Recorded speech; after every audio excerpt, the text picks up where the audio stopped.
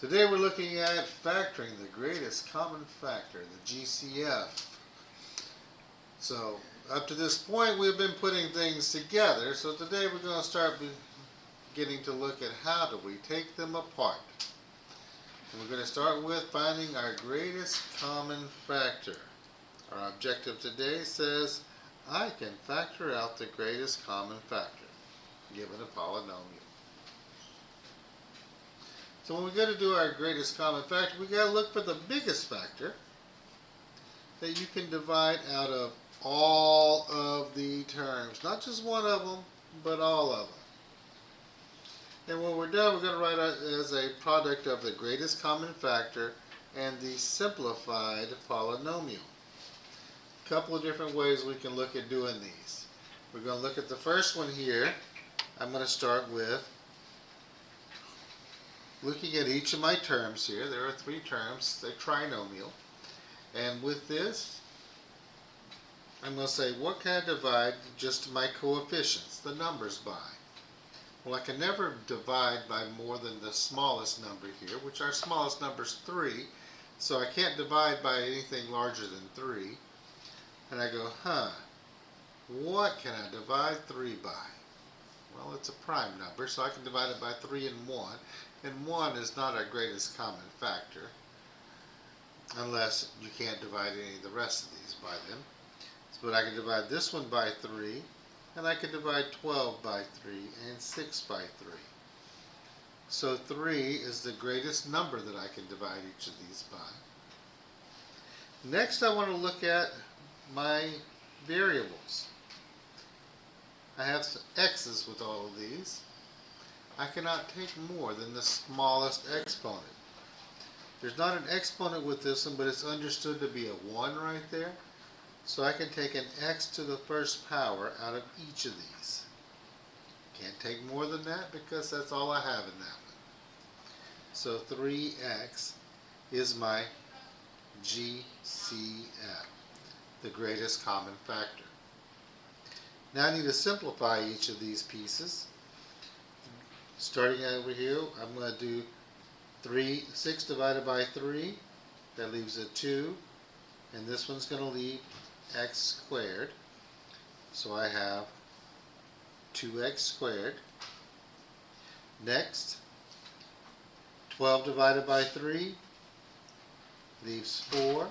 X squared divided by x leaves just x. So that gives me plus 4x. Then I have this last one. 3 divided by 3 is 1. And x divided by x, they're divide out to become 1 also. So I have minus 1. So there's our simplified polynomial when I take out the greatest common factor. For this next one though, I'm going to go through and do it a little bit different.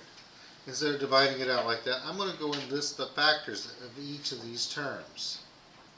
So I have here 3v squared. I've got negative 27v and negative 30. And I'm going to look at all the factors of each of these. So for the top one up here, I have 3v and v. Multiply all those together. This next one would be negative 1 times 3 times 3 times 3 times v.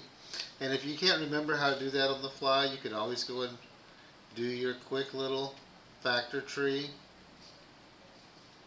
Break them down into their prime factorization. That's where the 333 came from. The next one here is 30. So it's negative 1.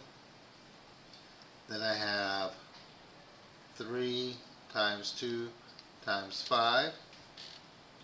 And I look and see, what do I have in common? Well, they all have a 3 in common. Nope, they don't all have a v. They just have a 3. That's the only thing they have in common, is 3. So 3 is my GCF, my greatest common factor. And then I look at each individual spot up here and say, what's left over? This one is b squared. This one is negative 9v. And the last one is negative 10. Another way to do the exact same thing we did with the first example up there at the top. Sometimes it's easier to visualize when you break it apart into all the pieces. Look at this next example. We're going to do it like we did with our first one up at the top.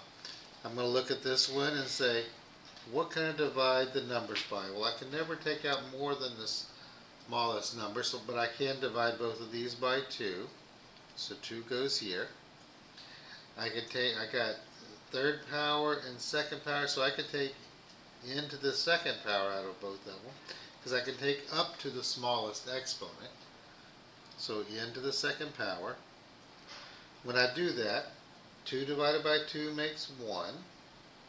Here, these go away making n, so that just leaves me with n at the beginning. Next, 20 divided by 2 is 10, and these are both eliminated. So I now have minus 10. At this point, you can stick a fork in that bad boy because he is done. Taking out the greatest common factor.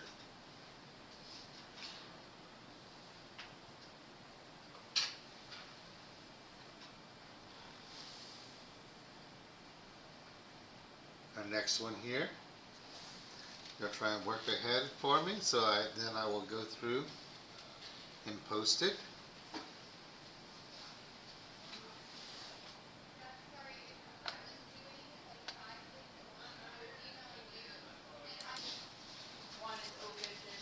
And hopefully everybody has gone through and come up with 2VM as the greatest common factor. Alright, on our next example here we have 5b squared k squared plus 25b k squared minus 250k squared. So I'm going to start with my coefficients and say, what can I divide everything by? Hey, I can't take more than 5, but I can take 5 out of everything. So I got 5 here. I got a b squared, a b, no b, so I can't take any b's out of them. But I can take k. I got second power, second power. I can take k to the second power out of every one of them,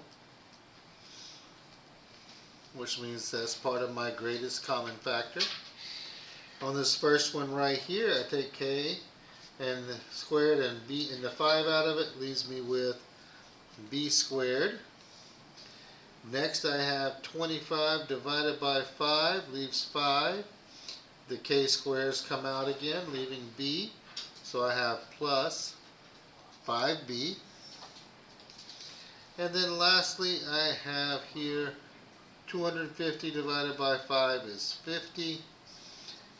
The k squared is eliminated, leaving a minus 50 at the end. And at this point, Bob's your uncle. Greatest common factor. Beginning of our unit on factoring, and we're going to have a great time and be able to solve all kinds of equations because of this. Enjoy.